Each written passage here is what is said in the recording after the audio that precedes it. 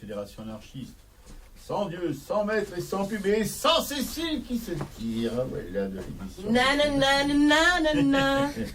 Ben, pas tout à fait. Bon, c'est l'émission à racaille hein, avec Piquet-Cou et Schlomo dans le poste pour vous parler aujourd'hui de l'Atelier de la Monnaie. L'Atelier de la Monnaie, c'est un lieu lillois où une flopée d'artistes se sont rencontrés, ont exposé, etc., etc. Voilà. Vous direz, on est toujours dans le Nord. Bah oui, on est toujours dans le Nord. On aime bien le Nord, nous. Et puis, je viens d'apprendre par ma camarade Piquet-Cou que maintenant, il y avait des autocars qui pouvaient nous emmener là-bas pour 2 balles. Voilà. Donc, on en profite. Et une petite citation, tout de suite. Les mères de famille sont les seuls travailleurs qui n'ont jamais de vacances. Elle est bonne, hein, celle-là. Anne Moreau-Lindbergh. Voilà. Qu'est-ce qu'elle dit, voilà. Non, je racontais à Cécile qu'effectivement, j'avais trouvé des paris Lille à 1 euro et je me disais, mais c'est de la folie, quoi. Ouais, c'est de la folie furieuse. Bon, peut-être qu'il faut pousser le bus, hein, c'est peut-être ça l'arnaque. Oui, c'est peut-être ça, oui. Comme les diligences avant ou les pataches, ouais, on va pousser le bus. Bien, allez. Tout de suite, Piquet-Cou va donner de la voix pour vous annoncer différentes petites choses pratiques. Bah déjà, vous dire bonjour, parce que bon, d'intervenir comme ça, c'est pas mal, mais dire bonjour, c'est encore mieux. Donc, bonjour tout le monde. Donc, je rappelle le numéro du studio, le 01 43 71 89 40, si vous voulez nous joindre pendant les pauses musicales ou à la fin de l'émission. Le vieux père la purge, pharmacien de l'humanité. Contre sa bile, je m'insurge avec ma fille égalité. J'ai ce qu'il faut dans ma boutique, sans le tonnerre et les éclairs, pour bien purger toute la clique des affameurs de l'univers. Son mal vient des capitalistes, plus ou moins gras à la ronger. En avant les gaz anarchistes, fils de marat, faut la purger. J'ai ce qu'il faut dans ma boutique, sans le tonnerre et les éclairs, pour bien purger toute la clique des affameurs de l'univers. J'ai du pétrole et de l'essence pour badigeonner les châteaux, des torches pour la circonstance à mettre en guise de flambeau. J'ai ce qu'il faut dans ma boutique, sans le tonnerre et les éclairs, pour bien purger toute la clique des affameurs de l'univers. J'ai du picrate, de potasse, du soufre et du chlore en tonneau pour assainir partout où passe les empoisonneurs de cerveau. J'ai ce qu'il faut dans ma boutique, sans le tonnerre et les éclairs, pour bien purger toute la clique des affameurs de l'univers. J'ai des pavés, de la poudre et de la dynamite à foison qui rivalisent avec la foudre pour débarbouiller l'horizon. J'ai ce qu'il faut dans ma boutique, sans le tonnerre et les éclairs, pour bien purger toute la clique des affameurs de l'univers. Le gaz est aussi de la fête si l'on résiste à mes joyaux. Au beau milieu de la tempête, je fais éclater ces boyaux. J'ai ce qu'il faut dans ma boutique, sans le tonnerre et les éclairs, pour bien purger toute la clique des affameurs de l'univers. J'ai poudre verte et mélinite, de fameux produits mes enfants, pour nous débarrasser plus vite de ces mangeurs de pauvres gens. J'ai ce qu'il faut dans ma boutique, sans le tonnerre et les éclairs, pour bien purger toute la clique des affameurs de l'univers. J'ai pour les gavets de la table la bombe glacée à servir, du haut d'un ballon dirigeable, par les toits pour les rafraîchir. J'ai ce qu'il faut dans ma boutique, sans le tonnerre et les éclairs, pour bien purger toute la clique des affameurs de l'univers. Voleuses et traîtres bourgeoisie, prêtres et bandits couronnés, il faut que d'Europe en Asie, vous soyez tous assaisonnés. J'ai ce qu'il faut dans ma boutique, sans le tonnerre et les éclairs, pour bien purger toute la clique des affameurs de l'univers. C'était Marc Augeret, le Père La Purge. Oui, sur Radio Libertaire, la voix de la Fédération anarchiste, sans Dieu, sans maître et sans pub, à Racaille, qui sera consacré aujourd'hui à l'atelier de la monnaie. Voilà. Mais avant, le presse-papier concerne plutôt la politique en toc de nos élus. Voilà. Et des affameurs de l'univers, il y en a évidemment dans notre beau pays. Et un fameux, un bon, qui vient de se révéler, du moins par ses conneries au grand public, je nomme Radzi Hamadi, voilà, qui dit, lui, qu'il faut faire payer les pauvres. Il ne paye pas assez les pauvres. Alors, il ne faut pas lui dire que c'est un mec qui est membre de la commission des finances, un membre PS de la commission des finances de l'Assemblée. Voilà. Il croit qu'on est toujours en 1914, lui. Au moment où l'impôt sur le revenu a été, comment dirais-je, créé pour soutenir l'effort de guerre, voyez-vous. Voilà, non, il n'a pas encore réalisé qu'on n'était plus en 1914, voilà. Il croit donc que cette espèce d'affameur de l'univers, ou d'affameur de l'univers, mais affameur de Français d'abord, il croit qu'un Français sur deux en est dispensé, et qu'il ne participe donc pas à l'effort collectif. Monsieur Hamadi, parce que lui, il y participe avec un salaire de 5400, enfin un salaire, des indemnités parlementaires de 5400 € par mois, voyez-vous, un mec aussi qui se déplace, il se trouve, il a je sais plus combien de voyages gratuits en train, en avion, etc., des indemnités, bon, bref, vous connaissez. Et en plus, ce gland, il travaille dans le privé et il a un salaire de 4500 € par mois. Ça doit lui faire en tout dans les 10 000 € par mois, ou si c'est pas plus, quoi, voilà. Et ce mec-là, député PS de Seine-Saint-Denis, entendez-vous bien, c'est le département le plus pauvre de France, il pense que, oui, les chômedus, tous ces gens-là, les revenus minimums sociaux, etc., les smicards ne payent pas assez d'impôts. Alors, monsieur Hamadi, on va vous dire exactement le contraire, puisque vous avez en France des gens on va s'arrêter aux smicards tout simplement, c'est pas la peine d'aller très loin. Hein. Les smicards payent eux, si vous voulez, monsieur Hamadi, il paye, écoutez, eh bien, 7,5% de ses revenus avec la CSG. c'est-à-dire en gros 800 € mensuels, plus un impôt de 15%, enfin... Non, annuel, pas mensuel. Oui, oui, annuel, oui, pardon. Oui, moi je suis prêt à tout. Hein. Un smicard, si lui enlève 800 € par mois, il va déjà... Oui, non mais par an, si vous voulez, le même smicard qui touche 1200 € par mois, c'est 12 000... 24...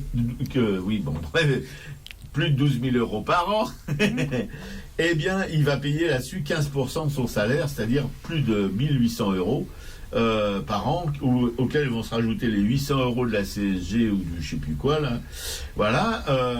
Alors que monsieur Hamadi, lui qui touche près de 10 000 € par an, j'aimerais savoir, là, je sais pas combien il paye d'impôts. Voyez-vous, monsieur Hamadi, vous pouvez nous dire, monsieur Hamadi, combien vous payez d'impôts, monsieur Hamadi? Voilà, c'est bien de cogner sur ceux qui sont à terre, mais voilà, je veux dire, monsieur Hamadi, il devrait réfléchir un peu ou consulter des notes qui sont publiques, hein, enfin des statistiques publiques, etc., qui invalident complètement son discours, voyez-vous, monsieur Hamadi, hein. Quand on est à l'Assemblée nationale confortable, etc., qu'on bosse dans le privé, en plus qu'on cumule des salaires et qu'on voyage gratos, etc., et si on a beau jeu de taper sur ceux qui doivent compter chaque sou pour pouvoir survivre, parce que je rappelle quand même, le minimum social, c'est 400 € par mois, c'est je sais plus quoi, là, parce que Le RSA, oui. Le RSA. Eh ben, le RSA, il faut qu'ils bouffent, les gens qui sont au RSA, voyez-vous. Alors, donc, ils achètent des produits de consommation qui sont taxés avec la TVA, et cette TVA, elle va dans les caisses de l'État, rapporte à l'État une somme beaucoup plus que l'impôt sur le revenu, voyez-vous, monsieur Hamadi. Hein? Vous saviez ça, monsieur Hamadi? Vous allez faire vos courses au supermarché, monsieur Hamadi? Peut-être même pas. Voilà. Donc, on est encore une fois sur le cul quand on voit le comportement de nos élus. Enfin, nos élus, pas les nôtres, hein, parce que on vote pas pour eux. On vote pas du tout, d'ailleurs, parce qu'on a compris depuis longtemps que c'était des guignols. Voyez-vous, on est dans un régime, comme la plupart des régimes qui sont dans ce monde, qui sont pour le profit de quelques-uns, voyez-vous. Parce que quand on sait que les grandes multinationales du CAC 40 ne paient quasiment pas d'impôts, hein, voilà. Alors, mais par contre, quand on connaît, si vous voulez, parce que maintenant, même dans les pôles emploi, etc., il y a des affiches qui préviennent les chômeurs, qui pointent, etc., enfin, qui passent par là, qu'ils sont surveillés, attention, hein, les fraudeurs, alors, il y a toute une liste des amendes qui risquent, des pénalités, des rôtis, des cela. Voyez-vous, c'est la chasse aux pauvres. On est dans, soi-disant, que ce sont des socialistes qui sont aux manettes, mais alors, on avait cru comprendre que les socialistes, au moins, enfin encore, il y a quelques gens qui ont toujours des illusions, que socialiste, il y a social dans socialiste, voyez-vous, et qu'ils allaient s'occuper un peu plus des gens qui sont fragiles, c'est-à-dire qui n'ont pas de rond, voilà, tout simplement, ou qui sont chauds. Pensez-vous, ils sont encore pires que la droite. Enfin, la droite est déjà pire que tout, mais eux, ils sont encore pires que la droite. Pire dans la mesure où, si vous voulez, ils se permettent des choses que la droite n'oserait même pas faire, en pensant qu'ils, comme ils sont socialistes, ils craignent rien. Voilà. Ouais. Vous allez voir la déculottée que vous allez ramasser, vous allez comprendre, parce que si vous n'avez pas encore compris, eh ben, il va falloir que vous passiez par là pour comprendre que vous êtes des gros nulos et que le peuple n'est pas si con que vous l'imaginez. Hein. Ouais. Mais je pense que effectivement, il faut toujours garder à l'esprit quand on participe à des conversations avec ces propos qui dérivent sur ces pauvres, sur ces gens non imposables, tous les profiteurs du système soi-disant, de leur dire qu'effectivement tous les gens payent la TVA et que cette TVA est très inégalitaire vu que c'est un impôt indirect et que, comme un article le soulignait, effectivement, un smicard, quand il a 1200 €, avec ces 1200 €, il fait rien d'autre que d'acheter des biens de consommation et donc il va être imposé à 20% sur ces 1200 €. Et ça, c'est très bien de garder ces arguments-là à l'esprit pour contrer tout ce qu'on peut entendre qui part en n'importe quoi. Voilà, absolument. Donc, encore une fois, si vous voulez, tord mon petit couteau, comme disait le copain, hein, on est complètement dans un truc complètement débile, c'est cynique, enfin voilà, de gens nantis, de gens qui les députés, enfin on connaît leur train de vie, hein. Et puis qu'en plus, il y a des députés qui sont avocats en plus, etc. Lui, je sais pas ce qu'il fout, enfin je l'ai sur des notes, mais c'est même pas la peine d'en parler, simplement retenons qu'il touche dans le privé 4 500 € par mois en plus de ses indemnités de parlementaire, voyez-vous. Et ce mec-là, député de Seine-Saint-Denis, je répète, un des départements le département le plus pauvre de France. Ce mec-là vient la ramener pour dire que les pauvres, ils payent pas d'impôts, ils participent pas à l'effort national, etc., etc., etc. Donc c'est un gros con. Ouais, mais nous à Montreuil on le connaît, Radzi Hamadi. Il s'est présenté aux dernières élections municipales. Il s'est fait jeter du premier coup. Ouais. D'ailleurs, dès le premier tour, il s'est fait balancer. On l'a vu par des copains qui l'ont croisé dans Montreuil. C'est quelqu'un qui est assez puant, imbu de sa personne. En plus, il a tout à fait le profil de ces socialistes qui ont les dents qui vont rayer le parquet, parce que il avait à peine 20 ans qu'il était déjà dans les mouvements des jeunesses socialistes. Donc il a rapidement pris du galon. Donc on voit tout à fait le parcours de cet homme. Voilà, mais comme la plupart, remarquez, pour pas dire la totalité des députés de l'Assemblée nationale, ou des sénateurs, ou des maires, ou des élus de tous bords, de tous les côtés, ce qui importe pour eux, c'est pas le service c'est pas le service public. Ce qui importe pour eux, c'est leur compte en banque. Voilà. Bon, qui passe par la réélection, évidemment. Alors moi, je vais continuer un petit peu quand même là dans ce que tu racontes, parce que je vais parler du nouveau gouverneur de la Banque de France. Et voilà, une fois de plus, Robert, c'est un banquier. C'est un banquier que François Hollande vient de proposer donc à un poste clé, puisqu'il s'agit du poste de gouverneur de la Banque de France, et de François Villeroy de Galhau. Alors François Villeroy de Galhau, à savoir, c'est l'ex-directeur général délégué de la BNP Paribas, et un boulot qu'il a exercé durant les 12 dernières années.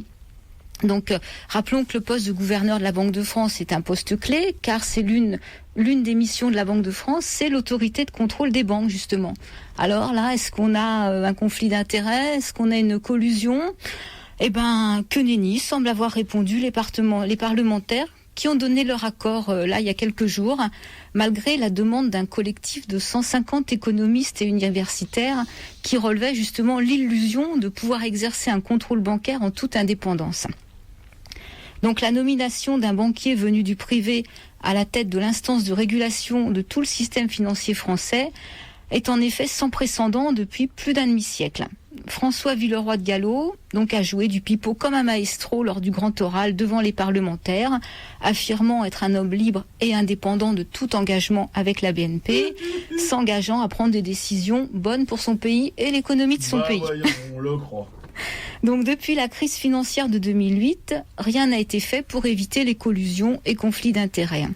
Les banquiers se retrouvent à la tête des instances de régulation financière, et dans l'autre sens, ce sont les hauts fonctionnaires ou responsables politiques qui sont toujours plus nombreux à partir travailler pour les banques. Donc c'est un vrai yo-yo qui profite à chacun. Effectivement, difficile de résister à l'appel de la finance, avec ses promesses de salaires mirobolants et de bonus attirants.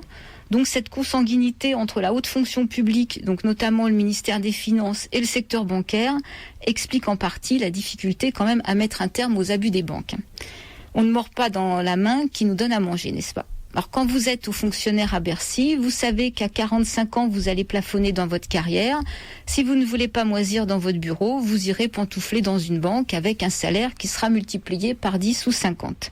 Ça, c'est l'économiste Gaël Giraud qui nous dit ça. Dans son article sur Basta, Agnès Rousseau liste les inspecteurs des finances qui travaillent dans le secteur bancaire ou le secteur des assurances. Ceux qui font partie des conseils d'administration, qui sont nommés présidents honoraires. Et savoir que ces hauts fonctionnaires, quand ils siègent à Bercy, ils induisent des décisions qui sont prises donc par le ministère de l'économie et des finances et qui proposent des solutions aux crises financières. Et donc, pardon Dominique, le ministère de l'économie et des finances qui est dirigé par un ancien banquier. Voilà.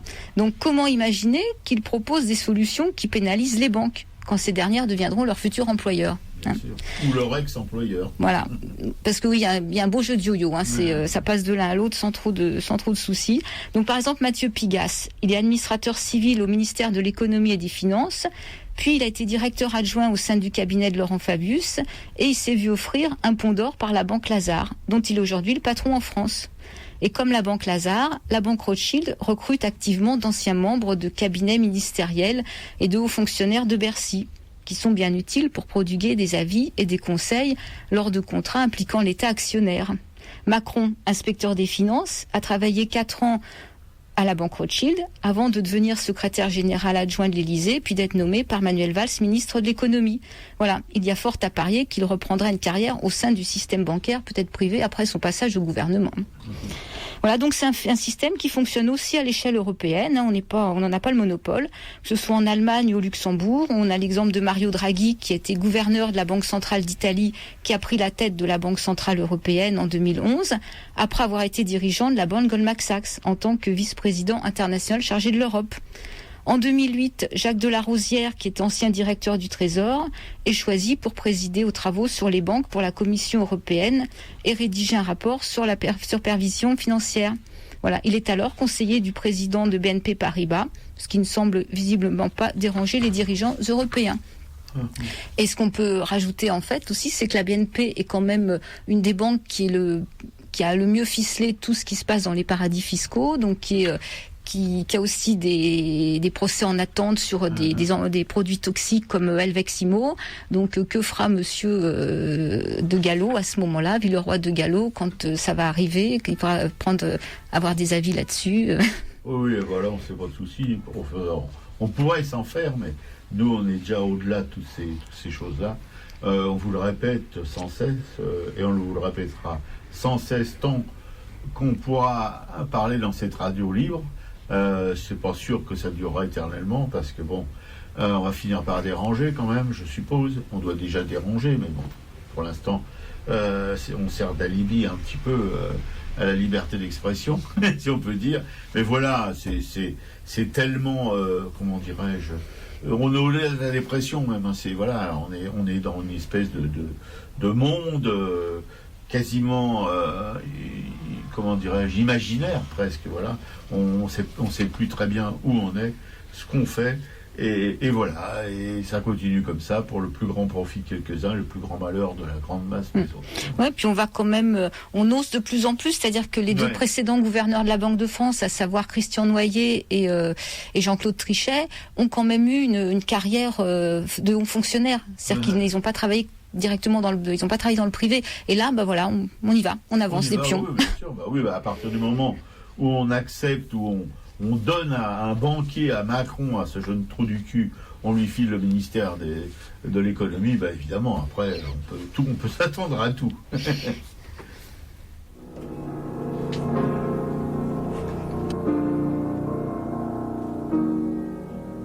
Un jour, il inventa l'argent. Ce démon très intelligent qui sut comprendre le premier la valeur d'un bout de papier. Ce démon était un banquier, et depuis dans le monde entier, l'argent circule et fait des bulles. Gardez votre bonheur, la quête est terminée, car comme un accord, c'est demain l'âge d'or.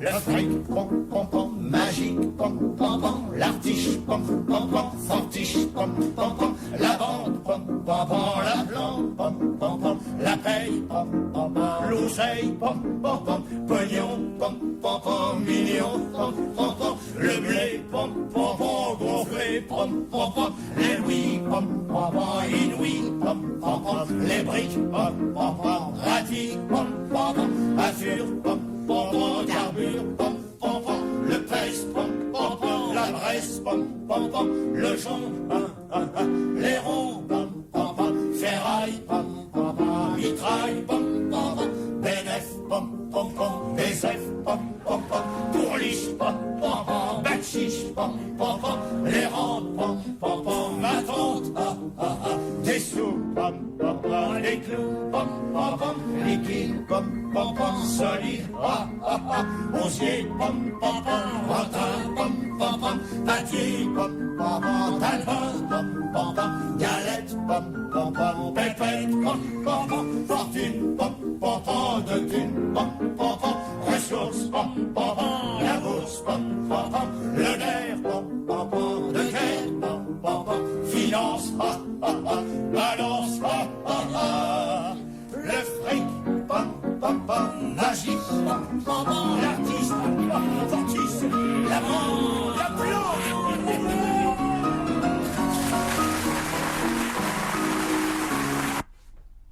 C'était Le Fric, interprété par les frères Jacques. Oui, sur Radio Libertaire, la voix de la Fédération anarchiste. toujours sans Dieu, sans maître et sans plume. Étonnant, non? L'émission Art Racaille, consacrée aujourd'hui à l'Atelier de la Monnaie, un haut lieu artistique du nord de l'île plus particulièrement, voilà, qu'on va vous faire découvrir, enfin une partie en tout cas, parce que c'est assez vaste, au cours de cette émission. Voilà. Tout de suite, donc Piquécou va vous parler de cet atelier de la monnaie à Lille. Si tout se passe bien, j'ai l'impression que dans mon casque c'est bizarre.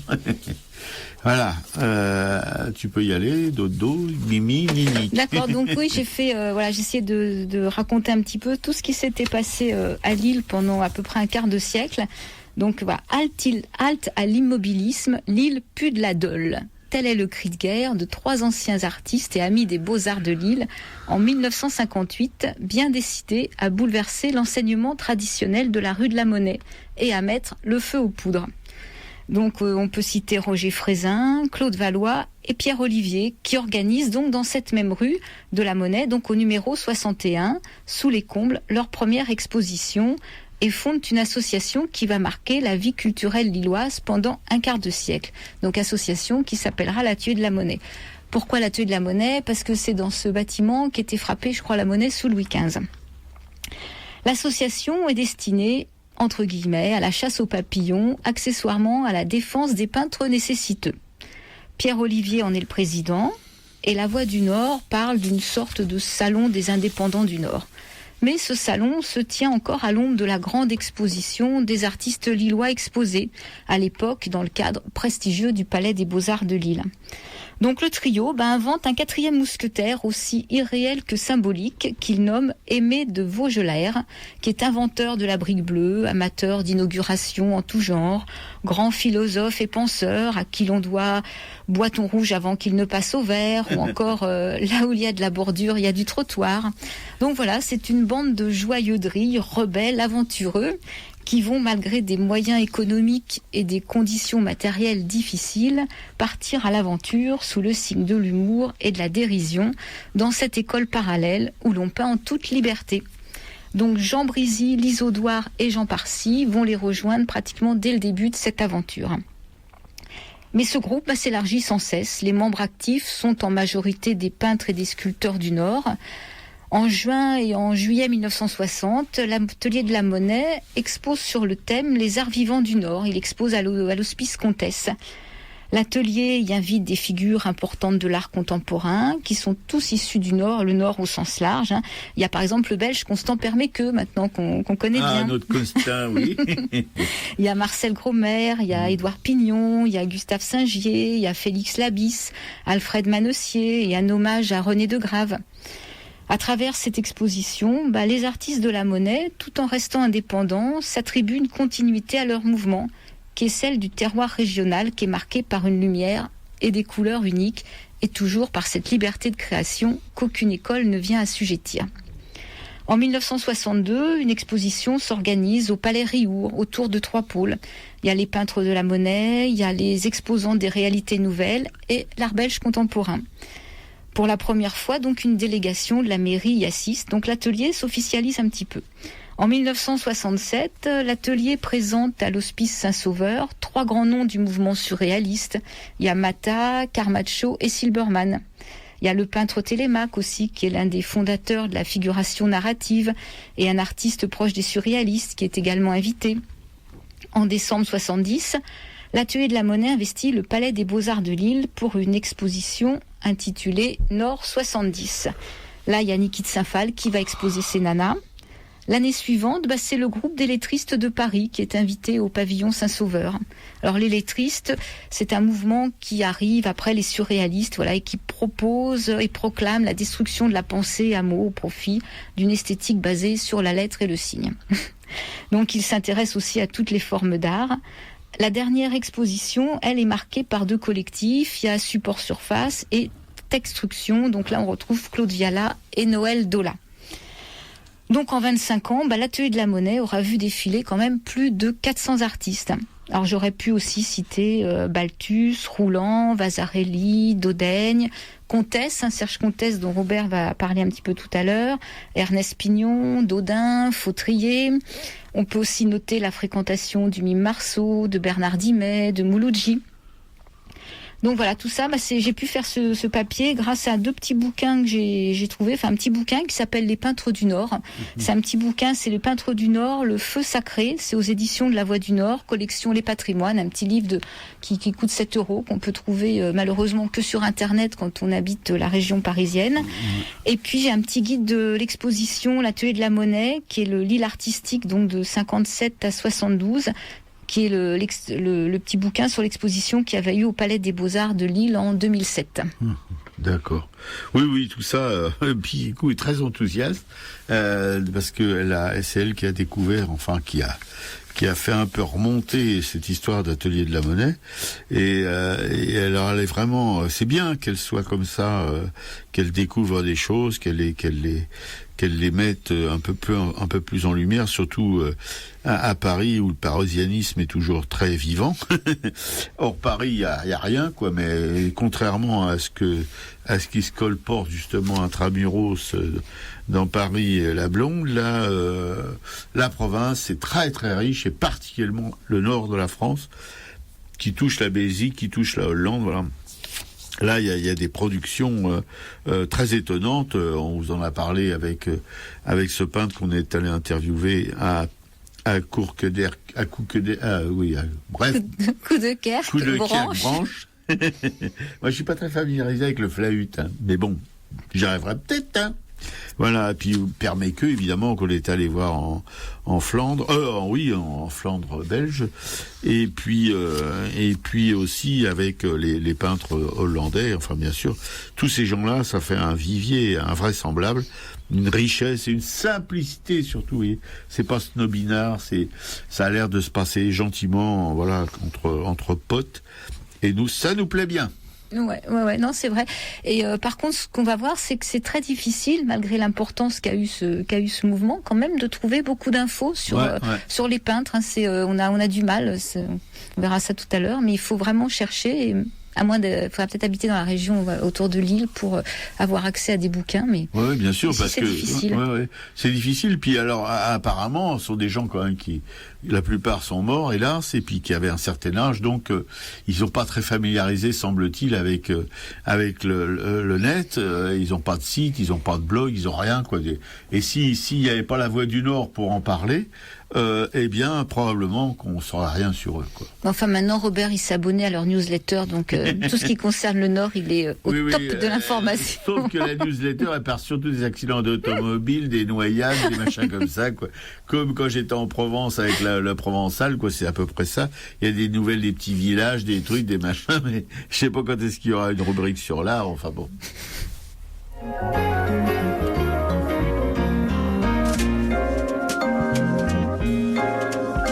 Mon air de gars qu'à la classe des troisièmes et ma dégaine de terrain vague, mon air de paumé de fin de semaine, me v'là. Avec mes habits de katsu, ma voix couleur de regret et mes rêves de type un peu flou, me v'là.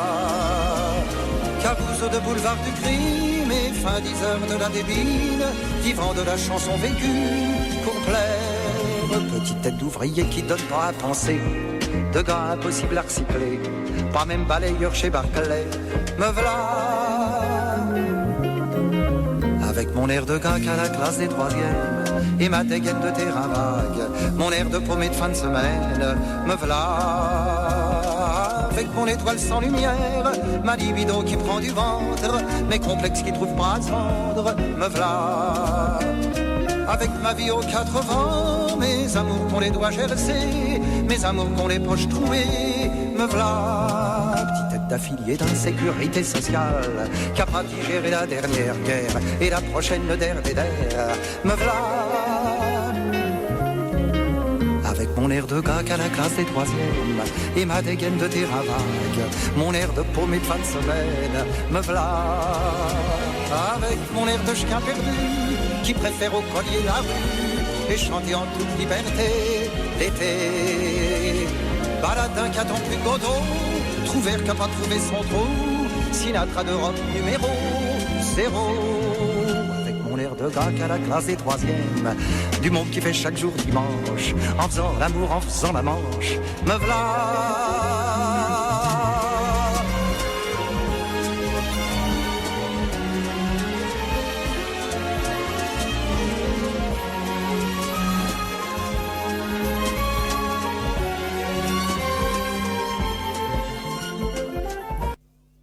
C'était Mouloudji qui interprétait Me v'là.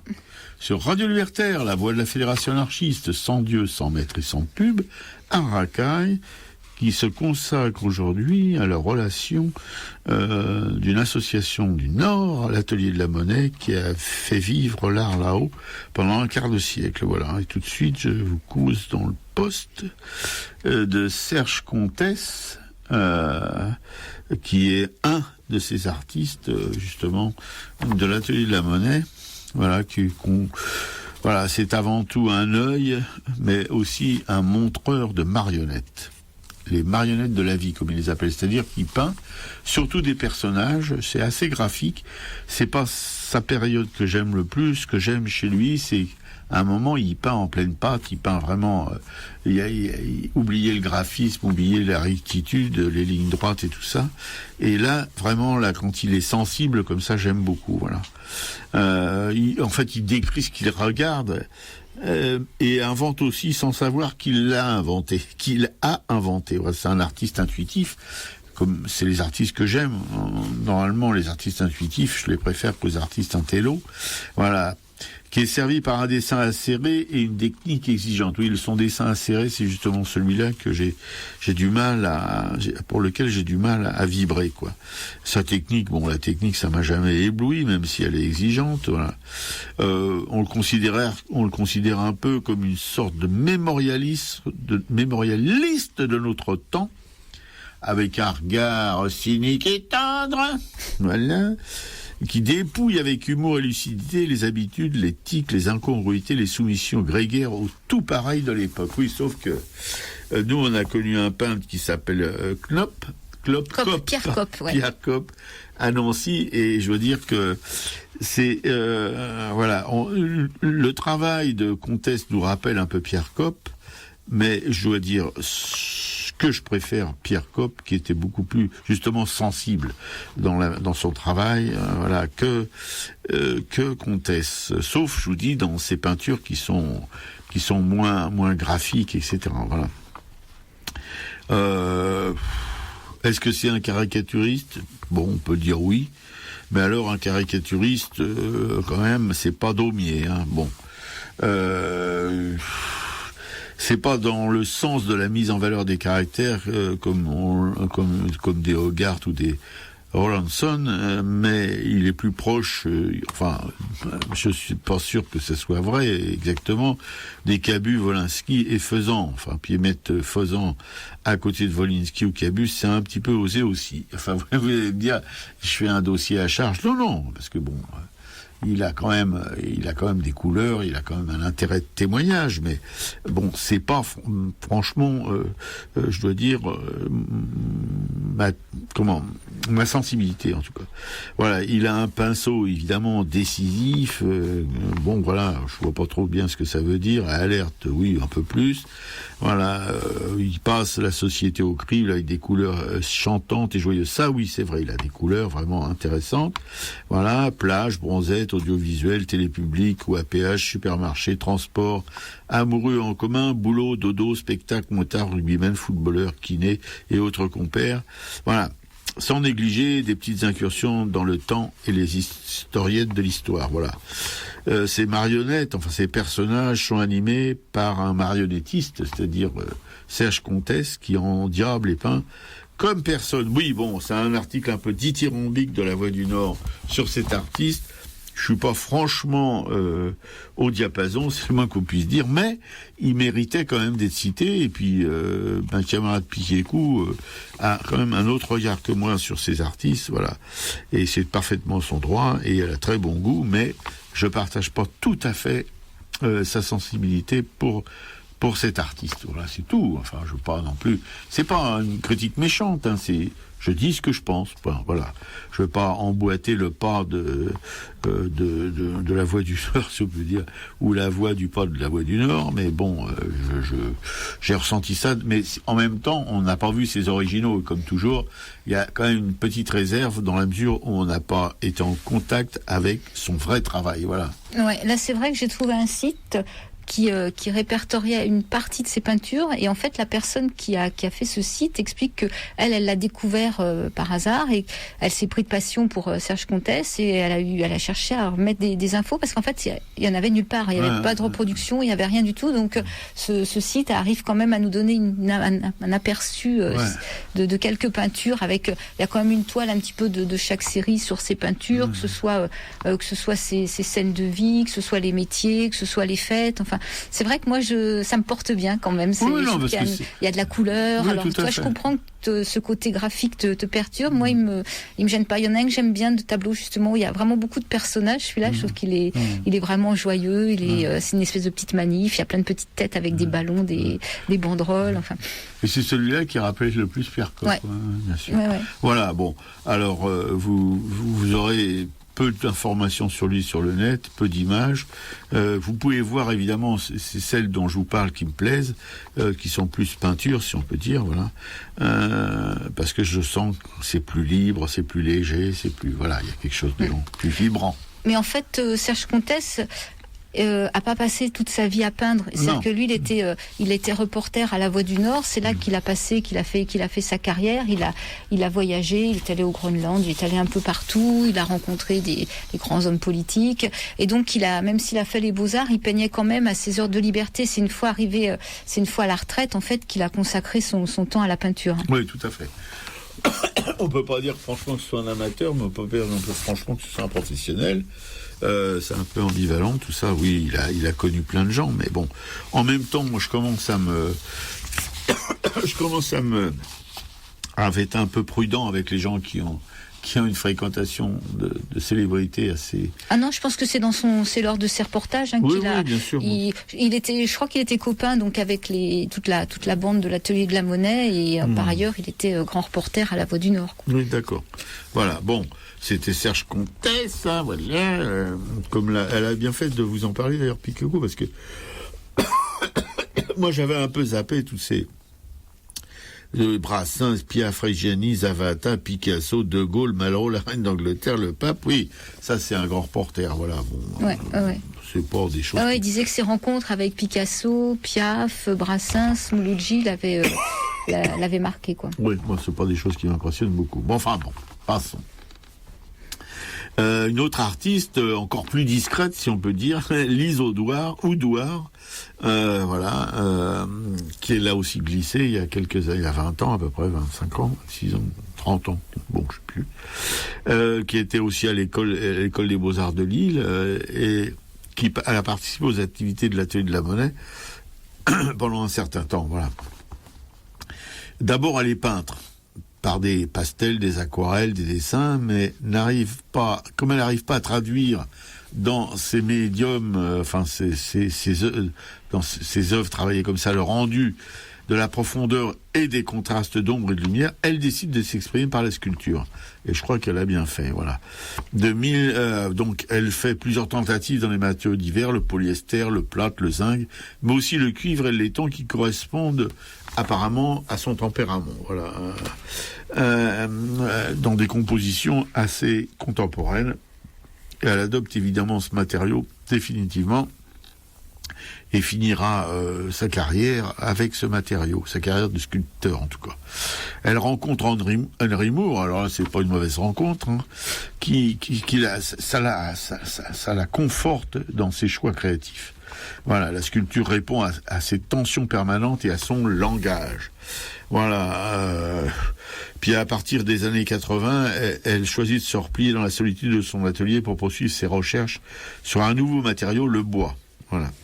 Et elle réalise alors des œuvres chargées de signes colorés et aussi de mysticisme. C'est un peu le truc qui guette un peu beaucoup d'artistes. Voilà. Pierre Olivier dira de Lise, elle avait appris à rire et à pleurer en même temps. Elle aimait passionnément la vie elle en est morte. Malise s'est fait la malle.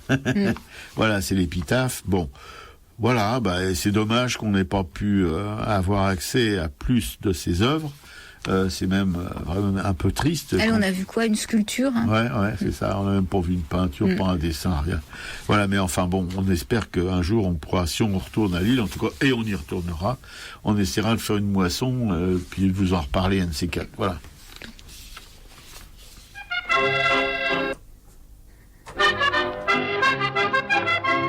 D'un bout à l'autre de la semaine, sur les boulevards, dans les faubourgs, on les voit traîner par centaines, leurs quatre salles et leurs amours, dans des chemises de 10 jours, sous la lumière des réverbères, prenant des airs de Pompadour. Ce sont nos belles ferronnières, ce sont nos poupées, nos guignols, nos pantins. Écoutez dans la nuit, elles chantent ce refrain. C'est nous les mômes de la cloche, clochards qui s'en vont sans un rond en poche. C'est nous les paumés, les purées de paumés, qui sommes aimés un soir n'importe où. Nous avons pourtant le cœur fort exigeant, mais personne n'en veut, tant pis pour eux. Qui que ça fout, on s'en fout. Nul ne s'y accroche, il n'y a pas d'amour, et l'on sera toujours les mômes de la cloche. Mais comme elles n'ont pas les toilettes qu'il faut pour les quartiers rubans, ce n'est pas aux galeries Lafayette qu'elles vont faire chaque soir leur turbin. Le long du canal Saint-Martin, au Céleste ou à la Chapelle, on est toujours assez content. Pour le monsieur qui vous appelle, c'est de l'article populaire, c'est pas du beau joujou. Y a pas de poupée en soie au bazar à 30 sous. C'est nous les mômes de la cloche, clochards qui s'en vont sans un rond en poche. C'est nous les paumés, les purées de paumés, qui sommes aimés un soir n'importe où. Tout comme nos ribouis, nous sommes pas vernis, jamais l'on ira sur la Riviera. Que ça fout, on s'en fout. Quand l'argent nous chauffe, on va faire 4 jours là-bas à la tour. Les mômes de la cloche, elles ont vendu toutes leurs caresses, elles furent payées tant bien que mal. Puis un jour plus rien dans la caisse, elles vont se ficher dans le canal, et sans avoir comme un cheval la pitié des gens de la rue, on les emmène à l'hôpital. La foule dit oh mais ce n'est qu'une grue. Et voilà comment nos poupées, nos pantins, lorsqu'elles n'ont plus la sou, s'en vont tout à pantin. C'est nous les mômes de la cloche, clochards qui s'en vont sans amis, sans proches. C'est nous les paumés, les purées de paumés, qui s'en vont dormir dans leur bibliothèque. Derrière notre convoi, jamais l'on ne voit ni fleurs ni couronne, pas même une personne. Qu'est-ce que ça fout, on s'en fout. Quand la mort nous fauche, oh, c'est notre plus beau jour. Cloche, sonnez pour le monde de la cloche.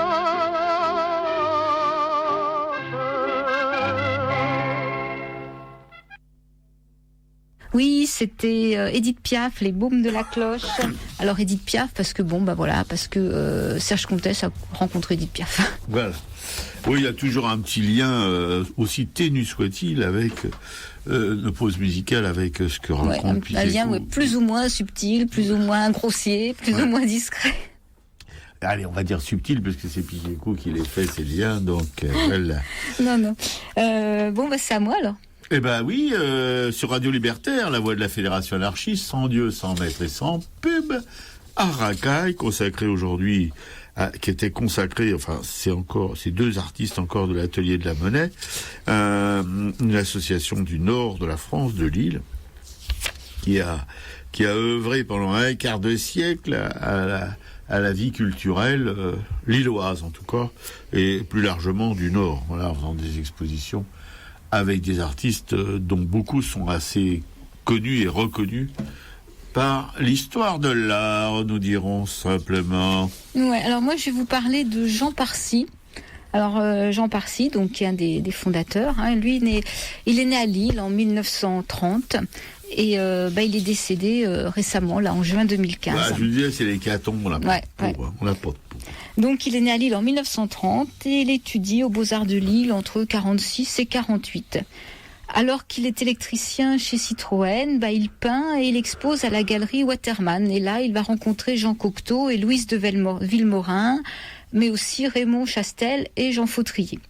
Il expose à Lille en 1954 et là, donc, fonde l'Atelier de la Monnaie avec ses amis en 57. Ça fait beaucoup de dates. Oui. Il quitte Lille en 1980 et après, je crois que j'ai plus de dates à vous donner. Vous êtes tranquille. Il quitte Lille en 1980 pour s'installer à Arcueil, jusqu'il a résidé jusqu'à son décès il y a quelques mois.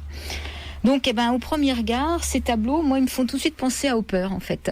Oui, tout à fait. Ouais. Si on s'attarde un peu, on peut se retrouver aussi dans la peinture hollandaise avec des scènes de lumière qui sont un peu à la Vermeer. Il y a des scènes de quotidien, il y a des scènes d'intérieur, il y a de la sobriété, il y a du dénuement. Il y a des scènes de vie qui sont figées, comme stoppées, arrêtées dans leur élan. On sent du silence, de la tranquillité. Il a fait aussi quelques natures mortes. Alors, on voit une lumière qui entre par une fenêtre, justement, comme chez Vermeer, ou par une porte entrouverte. On voit des fenêtres d'immeubles. Voilà, il y a des couleurs qui sont harmonieuses. Alors, il y a un tableau, par exemple, qui s'appelle Femme à la lettre. Alors là, on est dans des camailleux de blanc, beige et marron.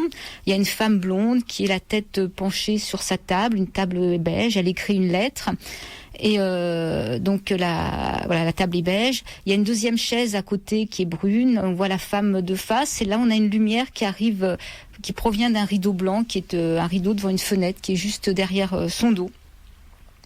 Et dans des tons similaires, on a aussi un tableau qui s'appelle 4 places Jacques Louchard. Alors là, on a une lumière qui arrive du fond du tableau par une fenêtre large. Et la femme, en fait, a la tête qui repose sur ses coudes sur le bord d'une table. Il y a une femme qui passe à côté, qui la regarde. On imagine qu'elle va lui parler. Et il y a une porte qui est ouverte sur la droite du tableau. Il y a aussi Le jour se lève, où là on a des couleurs qui sont plus claires avec du blanc, du orangé. C'est une jeune femme qui regarde à la fenêtre et ça me fait vraiment penser à un tableau de Vermeer qui est exactement comme ça, où on a l'impression, je pense que même sa femme a l'air enceinte et elle est vraiment posée devant cette fenêtre, quoi. Et moi, c'est vrai que ça m'a beaucoup plu, ces tableaux de Jean Parcy. Alors, c'est pareil, j'en ai pas trouvé énormément. Il y a sur un site qui s'appelle Les Petites Chineuses, qui ont une boutique dans le 11e arrondissement à Paris, qui apparemment ont recensé quelques peintres, dont Jean-Paul Souvraz et Jean Parcy. Donc elle montre 5-6 tableaux qui sont justement ceux qui sont dans ces tons un petit peu blanc orangé. Il y a aussi un tableau, c'est ces deux immeubles qui sont dans ces tons-là, avec toutes les petites fenêtres. Enfin, moi, ça me fait du bien de regarder ces tableaux-là, quoi. Ouais. Non, si tu décris très bien les ambiances de cette peinture, oui, qui est vraiment marquée du Nord, quoi. C'est ce calme, cette douceur, cette lumière diffuse, oui, tout à fait. Ouais. Non, mais tu fais bien de citer Vermeer, tu fais bien de citer des gens comme ça, qui ont sûrement influencé le travail de Parcy, quoi, bien sûr.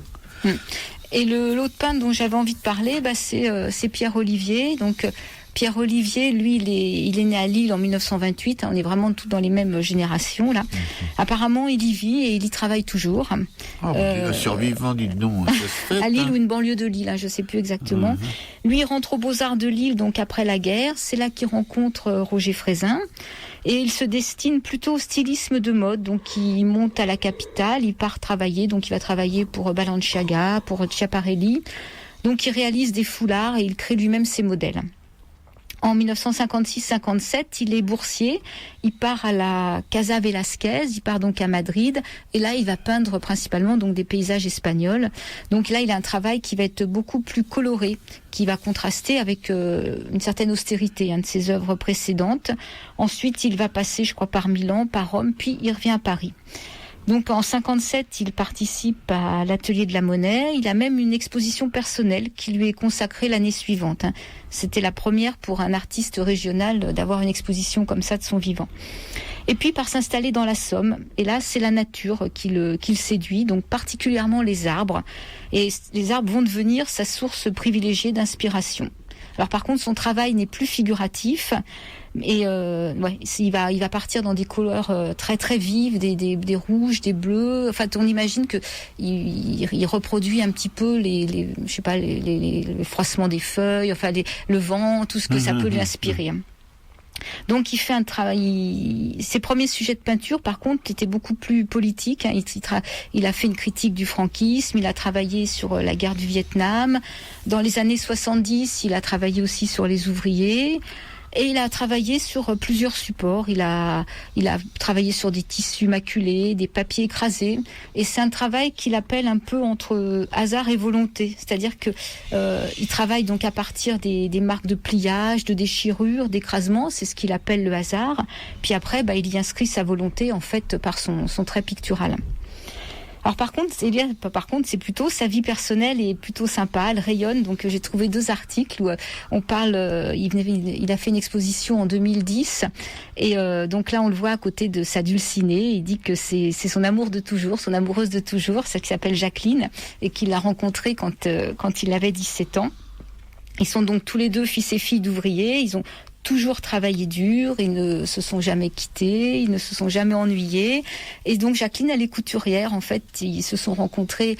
Elle faisait sa pause quand elle était toute jeune. Elle travaillait dans un atelier de couture. Elle mangeait une énorme pomme lors de sa pause et lui est passé à côté et lui a dit est-ce que je peux goûter? Donc on raconte qu'il a goûté la pomme et que après ils se sont croisés, que voilà, leur histoire a pris naissance à ce moment-là. C'est très biblique. Oui, tout à fait. Ouais. Mais bon, est-ce que c'est une histoire qu'on raconte après? Je crois que c'est la vérité d'après ce que j'ai pu lire, quoi. Et donc après leurs diverses pérégrinations, parce qu'ils se sont jamais quittés, donc elle l'a suivi aussi bien dans la Somme qu'à Paris. À Paris, elle travaillait aussi derrière l'Opéra, elle travaillait dans un atelier de couture aussi. C'est un industriel de Tourcoing, un industriel de la Blanche-Porte, qui leur loue pour pas cher une maison, et puis après, il va leur vendre à bas prix. Et cette maison, ils vont y faire des travaux, ils vont la transformer en galerie, et c'est Jacqueline qui va donc gérer la galerie, qui apparemment existe toujours. Je crois que maintenant elle s'appelle Frédéric Storm, donc Jacqueline c'était Jacqueline Storm, et qu'elle est là, elle est sous le nom plutôt de son fils.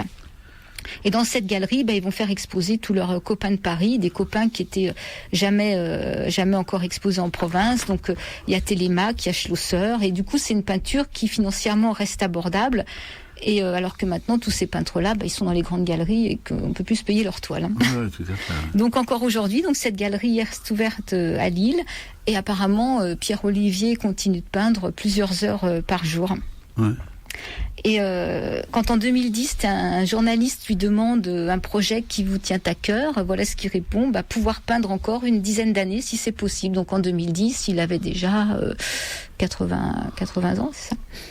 Avoir la chance d'aller plus loin tout en restant compréhensible, me consacrer aux fenêtres et aux trouées qui sont au cœur de mon travail. La peinture est une maîtresse terrible, si tu fais autre chose, c'est foutu. Ouais. Et un dicton, son dicton, c'est « Vive l'enculture », c'est un cri de guerre contre les excès, les confusions ou les aberrations de la culture aujourd'hui. Oui, j'ai vraiment envie de le répéter avec toute l'ironie possible, vive l'enculture. Vive l'enculture.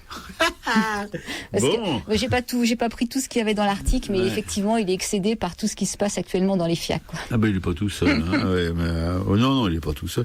Et puis je constate au fil des connaissances, des entretiens, etc., des découvertes qu'on fait ensemble sur ces artistes, que c'était Eugène Leroy qui travaillait encore 3 heures par jour. Voilà, il travaillait le matin et l'après-midi il dormait, il faisait la sieste, en tout cas des siestes, semble-t-il, assez longues. Et voilà, et c'est curieux parce que, mais en même temps c'est compréhensible que quand on a atteint un certain âge, qu'on est artiste et qu'on a atteint un certain âge, on n'a plus la puissance de travail évidemment d'un jeune homme, on fait plus de charrette la nuit, etc., etc. Mais quand même, ces artistes, ils tiennent là, ils sont là. Ouais, je travaille encore quelques heures par jour, comme disait Eugène Leroy. Voilà, on sentait que c'était très important de travailler encore. Et même, ils sont assez fiers quand même de pouvoir travailler encore 3 heures par jour. Moi, ça me semble, je commence à réfléchir à cette question, parce qu'effectivement, on se rend compte au fur et à mesure du temps qui passe, c'est d'une originalité folle, eh bien que oui, on est moins, on se fatigue, la concentration est plus difficile à garder, quoi. Au bout de quelques heures, on commence à abattre un peu la campagne, comme on dit. Encore une fois, je me foule vachement dans mes mais Robert, je sais, pour lui, c'est une excuse. Comme ça, il sort de son atelier, il monte et il va goûter. Oui, moi, je dors pas. Hein, je vais goûter. C'est autre chose. Voilà, il faudrait que je mette un frein quand même, parce que je goûterais bien toutes les journées, moi. Non, mais c'est ça. C'est vrai que c'est important, ça a l'air de rien comme ça, mais que de savoir qu'au bout d'un moment, si vous voulez, un artiste qui touche à 80 années, 90 ans, Chagall quand même, vers 70-75 ans, il a quand même fait le plastir de l'opéra. Alors bon, tout est relatif, hein. Voilà, il a pas fait tout seul évidemment, mais quand même, c'est lui qui était à la direction de cette immense fresque du plafond de l'opéra, voilà. Donc, et Picasso, lui, n'en parlons pas, il était aussi exceptionnel dans la longévité et dans la puissance de travail, voyez-vous. Ouais, et regarde, quand on était allé voir l'expo Pierre Coppe, l'exposition qu'on a vue, en fait, il avait 82 ou 83 ans, il l'avait faite dans les 2 dernières années, ouais. Et en plus, il sortait de maladie. C'est un cancer, oui. Voilà, le mec est pépère, hein, tranquille et tout. Il était vraiment, comment dirais-je, nous, quand on l'a rencontré, il nous a parlé assez longuement. Et après, il a disparu. J'ai vu qu'il était dans une pièce à côté, qui roupillait sur une chaise. Mais quand même, il a plus de 83 ans, il avait monté une expo avec des œuvres récentes. Et croyez-moi, les œuvres de Pierre Coppe, c'est du boulot, hein. Parce qu'il y a une foule de personnages, etc. Puis c'est très bien travaillé, avec une technique très fine, très subtile, etc. Des traits magnifiques. Non, c'est une peinture, on croirait une peinture de jeune homme, vraiment. Et là, ça m'avait complètement stoppé dans mes pleurnicheries d'artistes qui atteint quand même un certain âge. Voilà, je me suis dit, un mec comme ça, c'est vraiment un exemple. C'est assez étonnant d'ailleurs, parce que quand on connaît, si vous voulez, la concentration qu'il faut et la tension qu'il faut quand on travaille pas avec un doigt dans le trou du cul, hein. Il faut vraiment s'accrocher, quoi. Il y a des choses, puis on rate, on recommence, etc., etc. Voilà, on est bon. Pierre Coppe, lui, a 83 balais, après un cancer et tout, il a été capable de monter une expo. Et quelle expo, hein, on n'en a pas encore revenu, quoi. Tout à fait.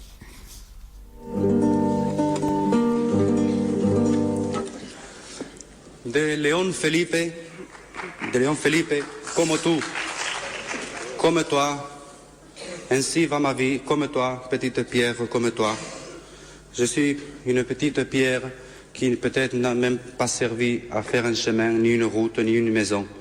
Mais je suis une pierre qui peut-être un jour elle servira pour une fronde.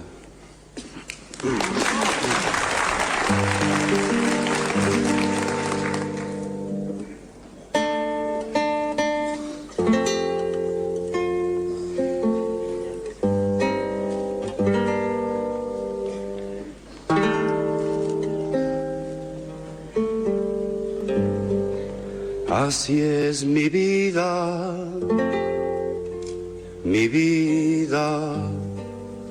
piedra como tú,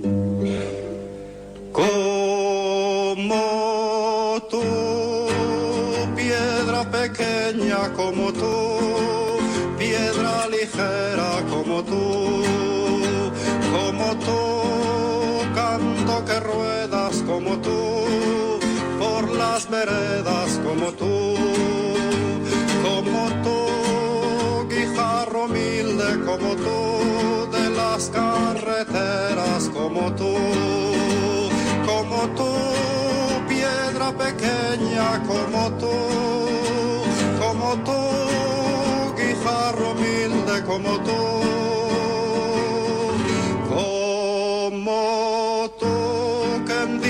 De tormenta como tú, te hundes en la tierra como tú, y luego centelleas como tú, bajo los cascos, bajo las ruedas como tú, piedra pequeña como tú, guijarro humilde como tú.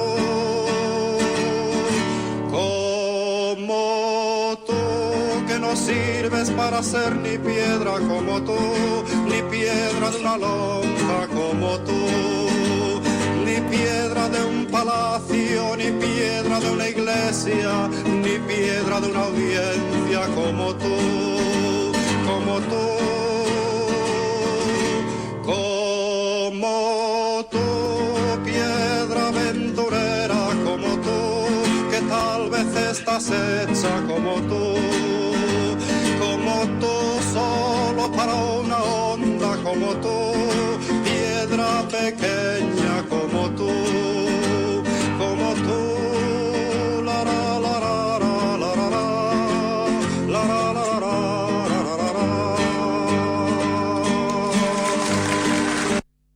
C'était Paco Ibáñez, Como tú. Alors pourquoi Paco Ibáñez ? Parce qu'en fait, je l'ai pas précisé, mais depuis son voyage en Espagne, Pierre-Olivier était resté un peu nostalgique de l'Espagne, des grandes places, des grands cafés. Oui, pour aller à la Casa Velázquez, il faut déjà, on est clairement au cœur de l'Espagne, de l'art, quoi, voilà. Et donc ça peut marquer, évidemment, surtout si on a été touché par les paysages espagnols. Voilà, c'est quand même quelque chose d'assez prégnant. C'est pour dire, comme le caractère espagnol d'ailleurs. Moi, je suis un fan de flamenco, mais le flamenco sauvage, le vrai, pour le flamenco pour les touristes, attention. Piqueco, il supporte pas. Je peux comprendre qu'on supporte pas, mais moi, je fonds complètement quand j'entends un flamenco, quoi, par des historiques, quoi, des mecs qui sont morts aussi depuis je sais pas combien de temps. Il reste des 78 tours, des trucs, mais c'est quand même, c'est extraordinaire. Si on veut comprendre l'Espagne, il faut aimer le flamenco. Ouais, ou la segueria, ou toutes ces choses-là, comme le flamenco, pour moi, c'est le caractère de l'Espagne, enfin pas de la Catalogne, hein, pas de ces choses-là, mais de l'Espagne, quoi, comment on l'appelle déjà, merde, enfin bon, j'oublie. La Catalogne, ils ont leurs chansons, comme Paco Ibáñez, on vient d'entendre Paco, voilà. C'est quand même assez extraordinaire aussi. Et tout de suite, sur Radio Libertaire, dont je répète pour les malentendants, la voix de la Fédération anarchiste, sans Dieu, sans maître et sans pub. Et Monsieur Bolloré, dans le cul. Voilà, on va continuer avec les expos à ne pas manquer, les annonces publicos, etc., etc. Donc Piquicou va vous causer tout de suite, hein, parce que bon, elle aime bien causer en plus, et puis elle cause bien. Alors c'est bien parce que moi je suis un petit peu plus déconneur.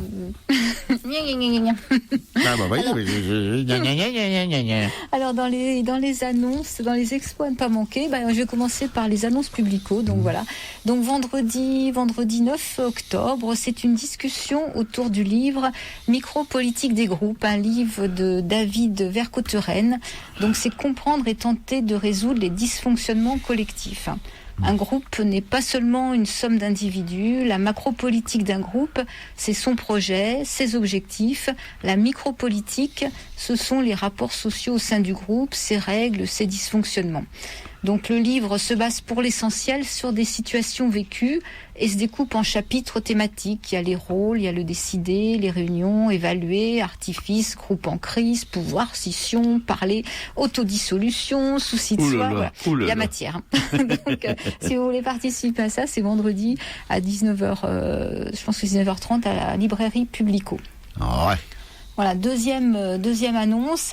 Là, je fais un petit coucou à notre ami Patrick Kipper, parce que c'est samedi 10 octobre, c'est le concert acoustique de Djoudja Lula, donc aussi à la librairie Publico. Je crois que c'est 17h le concert. Ouais. Je vérifie. Ah, lui aussi, c'est un personnage. Hein? Lui aussi, c'est un personnage. Ouais. Qui est toujours, qui décroche pas, quoi. Il est quand même maintenant, dans l'âge assez avancé, il est toujours, non? Ouais, il fait pas, c'est pas un adolescent, je veux dire. Hein. Il est dans le métier depuis un moment, quand même, déjà. Voilà. Ouais. Une autre expo qu'on a notée, c'est d'aller à Maison Rouge. Maison Rouge, c'est un lieu où on avait découvert le travail de Louis Souter.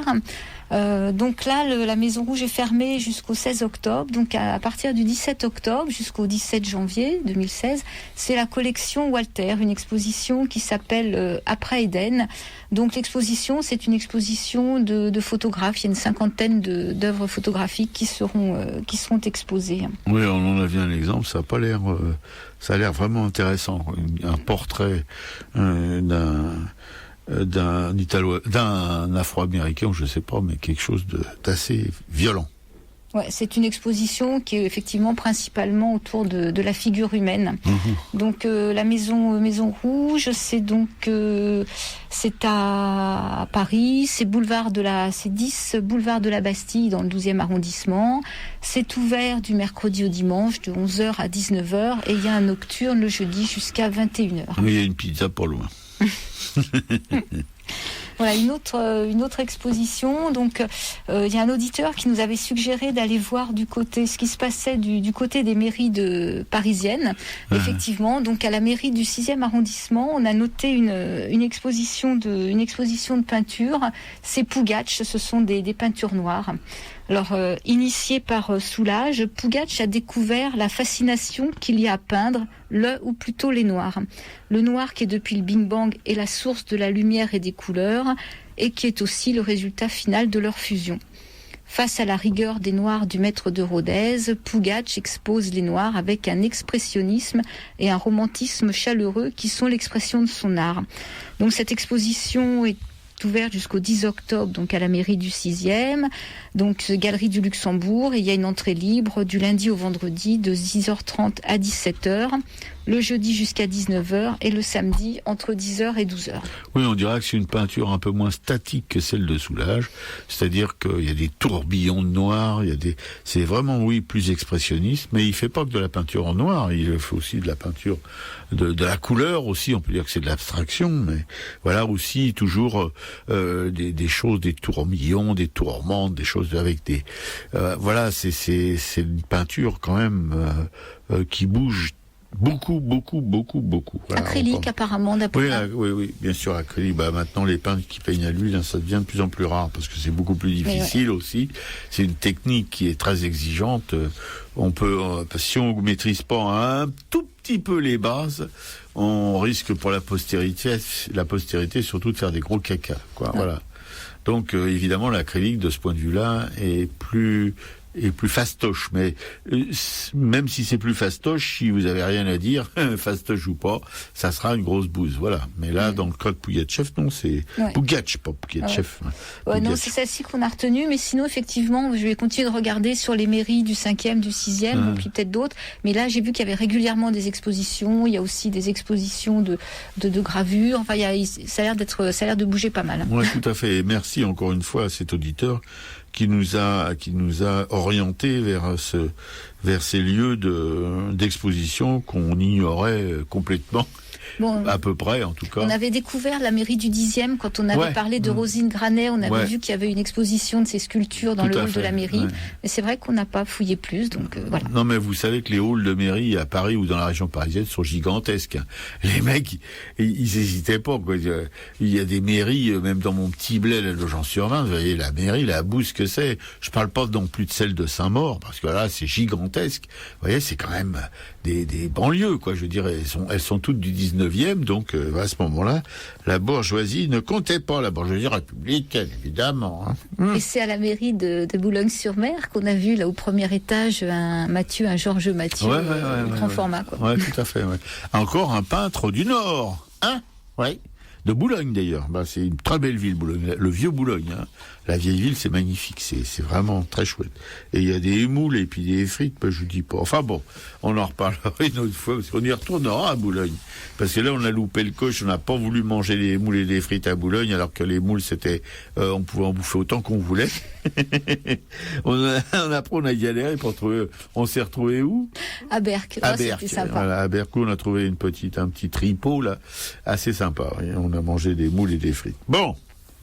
Eh bien, maintenant, on va passer aux œuvres de la FA. Parce que Radio Libertaire, je vous rappelle quand même que c'est une œuvre de la FA aussi.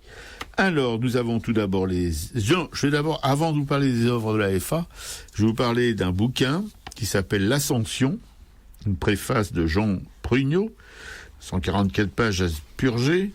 C'est l'autobiographie d'un ouvrier autodidacte. Voilà, ce petit livre a souvent été considéré comme un des chefs-d'œuvre de la littérature ouvrière. Suscité par Marcel Martinet, il est un peu l'acte de naissance de la littérature prolétarienne française. Lucien Bourgeois, c'est la vie de Lucien Bourgeois, évidemment.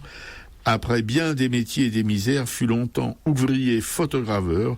Alors la préface de ce bouquin est de Jean Prugnot et retrace l'existence difficile et avec beaucoup d'émotion et de détails, l'existence difficile d'un homme comme Bourgeois, voilà, qui a écrit aussi, je vous le rappellerai,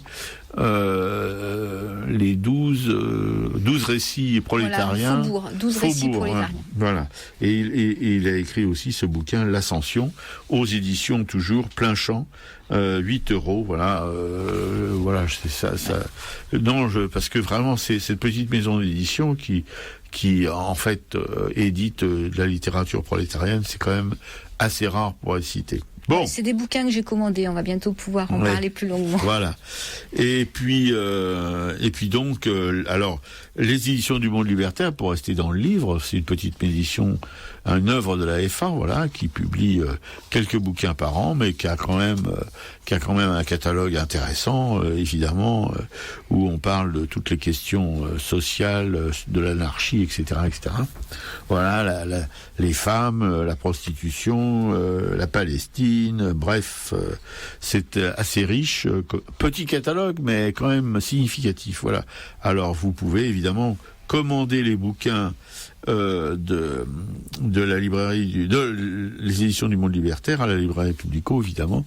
Vous pouvez aller sur le net, vous tapez les éditions du Monde Libertaire et vous aurez leur catalogue en ligne. Voilà. Et vous pouvez commander aussi sur le net, mais vous pouvez aussi aller à Publico et en profiter pour vous abonner, par exemple, si vous voulez, au Monde Libertaire. Par contre, l'hebdo, qui va maintenant devenir mensuel à partir de cette année, à partir de la rentrée, là. Et là, qui sera un peu plus étoffé que l'hebdomadaire, mais pour des raisons, vous en doutez bien, économiques, parce que ça revient de plus en plus cher, tous ces éditions papier. Bon, alors voilà, le Monde Libertaire mensuel et son frère, son parent, le hors-série, qui paraît aussi quelques fois par an. Voilà, que vous pouvez vous abonner à ces deux publications à la librairie Publico. Et vous pouvez aussi, parce que vous savez que évidemment que les abonnements pour les publications de presse, c'est ce qui les fait vivre, c'est le socle sur lequel ils s'appuient. Et voilà, sans abonnement, ça serait très difficile pour eux de continuer à exister. Donc vous pouvez vous y abonner et vous pouvez aussi, si vous avez un peu de thunes en rab, comme on dit, hein, vous pouvez leur en laisser aussi, c'est sous forme de dons. Voilà. Ou de souscription, je sais plus très bien. Mais enfin, tout ça, ça se passe à la librairie Publico, avec notre camarade Laurent, qui est le permanent de la librairie Publico, qui a son petit bureau à droite en entrant là. Enfin, vous le reconnaîtrez. C'est un camarade au sourire très avenant, et il n'est pas du tout, c'est pas du tout un dogmatique qui vous fera chier. Pardonnez-moi mon vocabulaire toujours un peu trivial. Et puis donc la librairie Publico dont je viens de vous parler, mais qui aussi a besoin de vous, comme par hasard.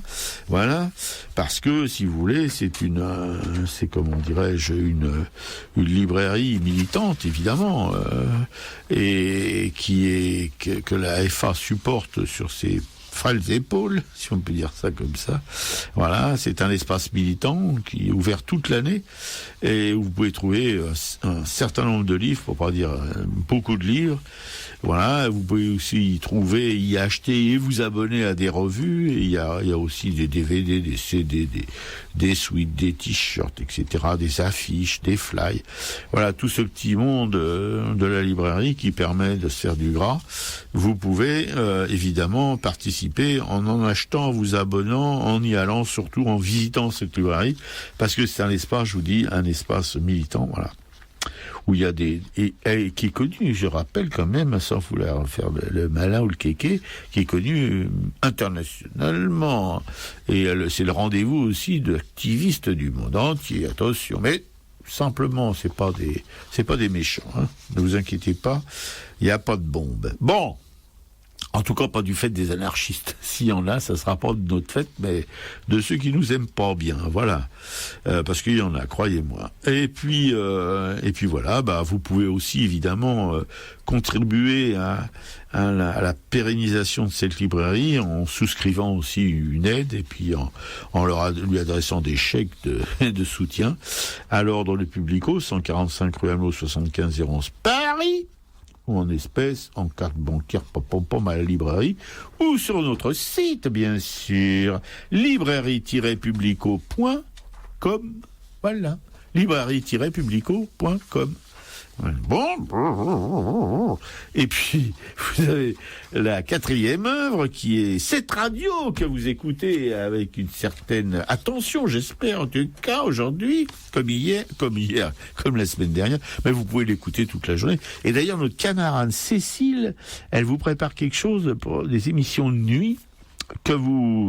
Alors je suis pas très au fait de tout ça, mais j'en ai entendu parler. Et si vous écoutez évidemment son émission qui passe avant la nôtre, hein, tu la sens, ma 5e colonne, c'est ça? Ma 5e puissance, voilà, c'est ça. Elle a eu le tchâche pas triste, hein, ça, elle vous laissera pas respirer. Et puis, si elle fait vraiment des reportages in situ, elle va dans des grandes manifs, etc., et ramène des échos de tout ça, des échos sonores, évidemment. Et donc, elle est très investie, elle a une énergie assez incroyable. Et donc, je vous rappelle je vous annonce qu'elle a dû le faire aussi dans son émission, qu'elle fera probablement investir les studios de Radio Libertaire la nuit quand ils sont vacants, voilà. Autrement, c'est une radio qui fonctionne évidemment 24 heures sur 24. Oui, il y a toujours de la musique, ça, mais c'est des bandes passantes la nuit, évidemment, la plupart du temps, tandis que là, avec elle, ça n'a pas des bandes passantes. Hein. Donc, la radio, elle a besoin de vous, je vous le dis, vous pouvez devenir ami de la radio, il y a une association pour soutenir la radio, évidemment, vous pouvez souscrire aussi à un plan d'épargne radio, et puis prendre votre carte d'auditeur à la librairie Publico, vous allez voir Laurent. Bonjour Laurent, est-ce que j'avais la carte d'auditeur? Ah tiens, vous dit Laurent, bien sûr, je vous la donne tout de suite. Et là, vous versez votre obol ou pas. Enfin bon, c'est conseillé un petit peu parce que c'est donativo, mais voilà, 5 € minimum, quoi, quand même. Et maximum, illimité, bien entendu. On s'est tapé où il faut, nous, hein? Bon, parce que évidemment, cette radio, si vous voulez, je vous gonfle encore un petit peu, j'ai du temps, j'en profite.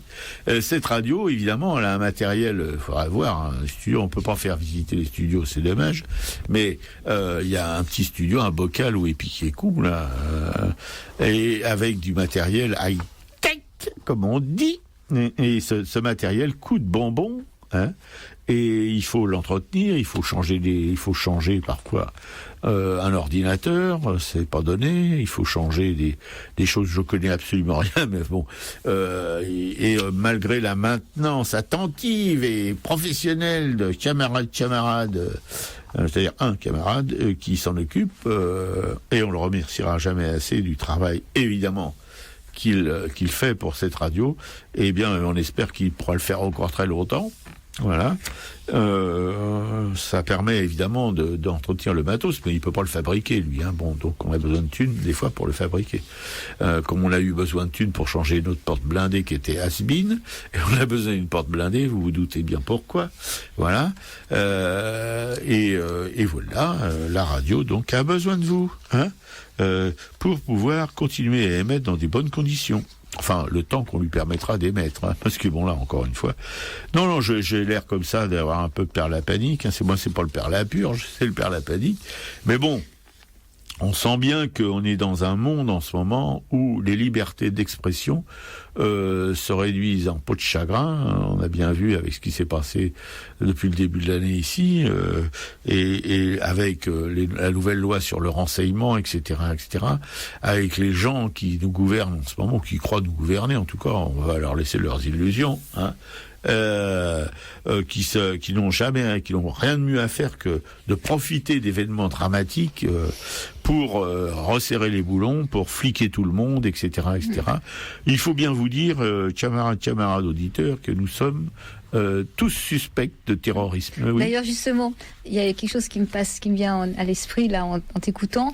Il y a ma fille de Creuse qui est venue à la maison, donc j'ai des nouvelles de la montagne Limousine, là où on était descendu justement pour ce procès à Guéret pour ce jeune homme qui avait mis un cadenas. Et en fait, comme par hasard, depuis la fin de ce procès, hasard, pas hasard, tous les bénéficiaires du RSA du plateau de la montagne Limousine ont tous été convoqués. Voilà, convoqués pour vérifier si ils étaient bien, ils pouvaient être bien les bénéficiaires des minimums sociaux. Alors, je dis pas que tous les habitants touchent le RSA. Je dis bien que seulement ceux qui bénéficient du RSA, qu'on n'aille pas faire des non, les amalgames encore comme on en fait dans les pôles emploi, etc. Et comme on en fait au gouvernement. Toute la montagne Limousine n'est pas au minimum sociaux, loin de là, parce que la fille de notre camarade Pétiékou, qui est un clone de sa mère d'ailleurs, et elle bosse très dur même là-bas dans les associations évidemment. Enfin, elle est payée au SMIC, mais elle bosse très dur, et il y en a beaucoup comme elle qui bossent très dur. Elle avait son compagnon là qui était charpentier à quoi déjà ? À Ambiance Bois, une ambiance qui est quelque chose d'assez exceptionnel comme entreprise, une entreprise montée par des gens qui travaillent. Tu veux nous en dire 2 mots ? Ambiance Bois, oui, c'est une SAPO, donc c'est une société par action, je crois, participation ouvrière, donc c'est pas comme une SCOP, mais il y a quand même un partage, et après, c'est équité des salaires, temps de travail, donc c'est une boîte qui a été montée dans les années, en 88, donc qui a fêté ses 25 ans il y a 2 ans, et qui fonctionne très très bien, qui est en train de construire des maisons en bois, donc un peu partout sur le plateau, particulièrement à Faux-la-Montagne. Ouais, voilà. Faux-la-Montagne que je vous recommande. C'est un trou du cul du monde paumé où on gèle les miches l'hiver. non, je déconne. C'est très beau la Creuse, c'est le département le moins peuplé de France, je crois, avec la Lozère, des choses comme ça, voilà.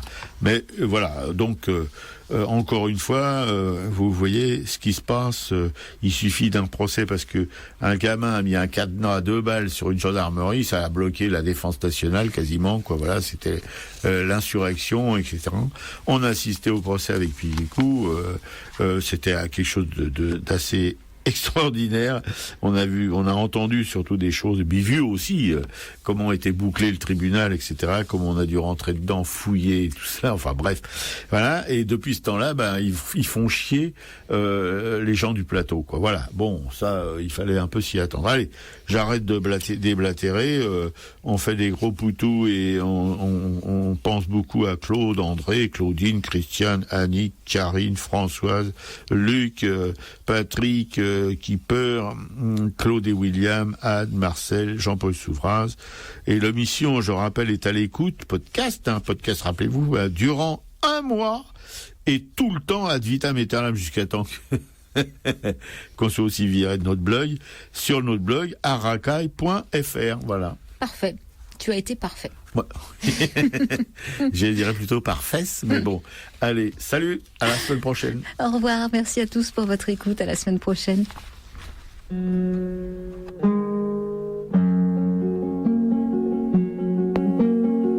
Cuando ya nada se espera personalmente saltante, más se palpita y se sigue más acá de la conciencia, fieramente existiendo, ciegamente afirmando, como un pulso que golpea las tinieblas, que golpea las tinieblas. Cuando se miran de frente los vertiginosos ojos claros de la muerte, se dicen las verdades, las bárbaras, terribles, amorosas crueldades, amorosas crueldades. Poesía para el pobre, poesía necesaria como el pan de cada día, como el aire que exigimos 13 veces por minuto para ser y en tanto somos, dar un sí que glorifica. Porque vivimos a golpes, porque apenas si nos dejan decir que somos quien somos. Nuestros cantares no pueden ser sin pecado un adorno. Estamos tocando el fondo, estamos tocando el fondo. Maldigo la poesía concebida como un lujo cultural por los neutrales, que lavándose las manos se desentienden y evaden. Maldigo la poesía de quien no toma partido hasta mancharse. Hago mía las faltas, siento en mí a cuantos sufren y canto respirando. Canto y cantando más allá de mis penas personales. Me ensancho. Quiero daros vida, provocar nuevos actos y calculo por eso con técnica que puedo. Me siento un ingeniero del verso y un obrero que trabaja con otros a España en sus aceros. No es una poesía gota a gota pensada, no es un bello producto, no es un fruto perfecto. Es lo más necesario, lo que no tiene nombre, son gritos en el cielo y en la tierra son actos. Porque vivimos a golpes, porque apenas si nos dejan decir que somos quien somos. Nuestros cantares no pueden ser sin pecado un adorno. Estamos tocando el fondo, estamos tocando el fondo.